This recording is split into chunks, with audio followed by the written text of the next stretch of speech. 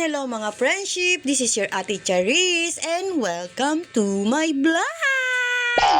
So for today's video, ngayon ko lang i-upload yung video ko kahapon. I-upload ko sana to kahapon kaya lang naglinis nga ako doon sa taas ng bahay namin. Abay pag nakita nyo, kulang na lang talaga, mga daga ang tumira. Syempre, sinipag ako kahapon, kaya ayun, inasikaso ko na. Makakasipagising namin kinabukasan, mga mukha na kaming daga. Aray mo! Lumuwas nga pala nung nakarang gabi yung asawa ko para kumuha ng mga isda. Ito naman kasi ang ititinda niya ngayon. Abay, kailangan niyang magsipag at madaming bilihin at gastusin dito sa bahay, lalo na sa pagtitinda namin at pambao na rin. So kung kilala nyo na nga si Ate Charis at si Papa Junior, doon din kami nagtatrabaho sa Nabotas Fishport. O hindi mo pa napapanood no? Kung hindi mo pa napapanood, balikan mo yung mga ibang videos namin. Kasama nga niya dyan yung nanay ko na nag-aasikaso ng mga isda. Na klase-klase nga nila yung mga isda at ibubukod yung mga poset. Dahil iba ang presyo ng mga poset, ano ka ba? Yes, huwag ka na magtaka friendship. Iba ang presyo ng pusit. At ayan, may buhay na mano na nga kami. Kita ko nga pala yan, yung may-ari ng tindahan na binibila namin at inuutangan. Kaya nga pala kami nagtinda ngayon ng isda, kailangan namin may pangdagdag dun sa puhunan namin sa pagpipisbol. Pagkaalis nga ng mga anak ko dito sa bahay, tingnan nyo naman, ang kalat. Dahil pagkatapos ko silang asikasuhin, ito naman ang aasikasuhin ko, santambak na hugasin. Kaya naman ito na, nalinis ko na, ang bilis no.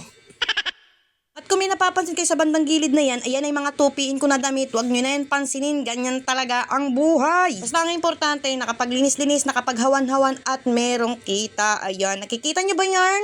Ang linaw ng mata ko, oh? Pagkatapos nga nilang naklase yung mga isda, alis na siya para ilako ang mga ito. Konti lang naman yan dahil may mga bumili na dito katulad ng mga tita ko, lola ko. At habang wala si mister, ano bang gagawin ko? Hindi ako tumatambay. Dito ako tumatambay sa walisin. Tuwing umaga, ito ang aking daily routine. Ang daming daily routine, ah. Meron kasing puno ng akasya dito sa gilid namin kaya naman pag umahangin yung mga tuyong dahon napupunta dito sa harap ng bahay namin. At nakauwi na nga tong si mister, dala-dala ang binili niyang ulam, tirang puset at ang kanyang kita. Wow! Ang pinagbentahan ko ngayon, may natirang konting puset. Shoutout sa iyo, Rhea. Salamat sa tulong niyo sa akin. Lakas naman, vlogger na vlogger, may pa-shoutout pa. Hay nako, meron na namang isang misis na masayang masaya dahil merong kita ang mister niya. Napasayaw pa nga ni siya, oh.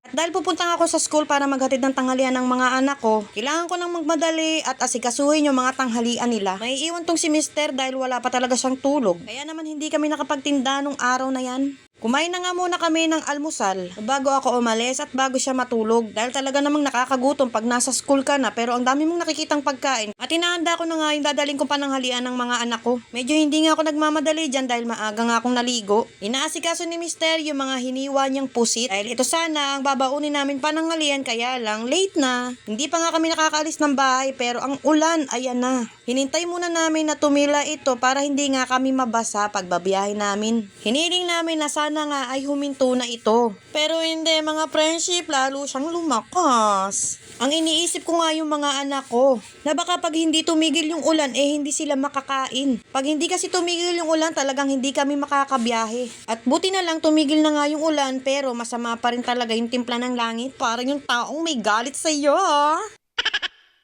Madulas ang daan kaya naman ingat-ingat tayo sa pagdadrive, lalo na yung mga nakasingle lang. At nandito na nga kami sa eskwelahan, medyo umaraw. Ang ine-expect nga namin, itatagoy nito ang araw. Pero maya-maya ay bigla na namang dumilim. Tapos bigla na namang umaraw, kaya naman ang nanay ko nakatutok na sa kanyang electric pan. Sana all, may electric pan.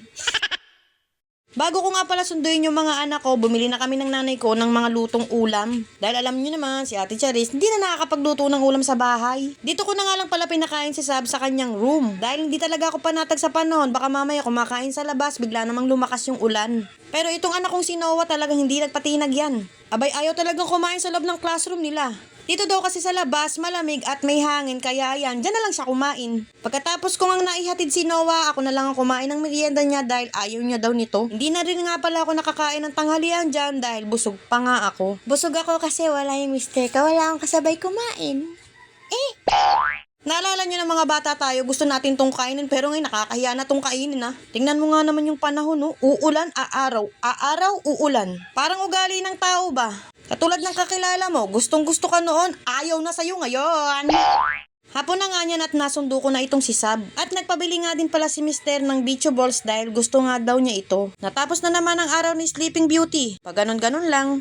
Oh, yun lang muna for today. Bye-bye na!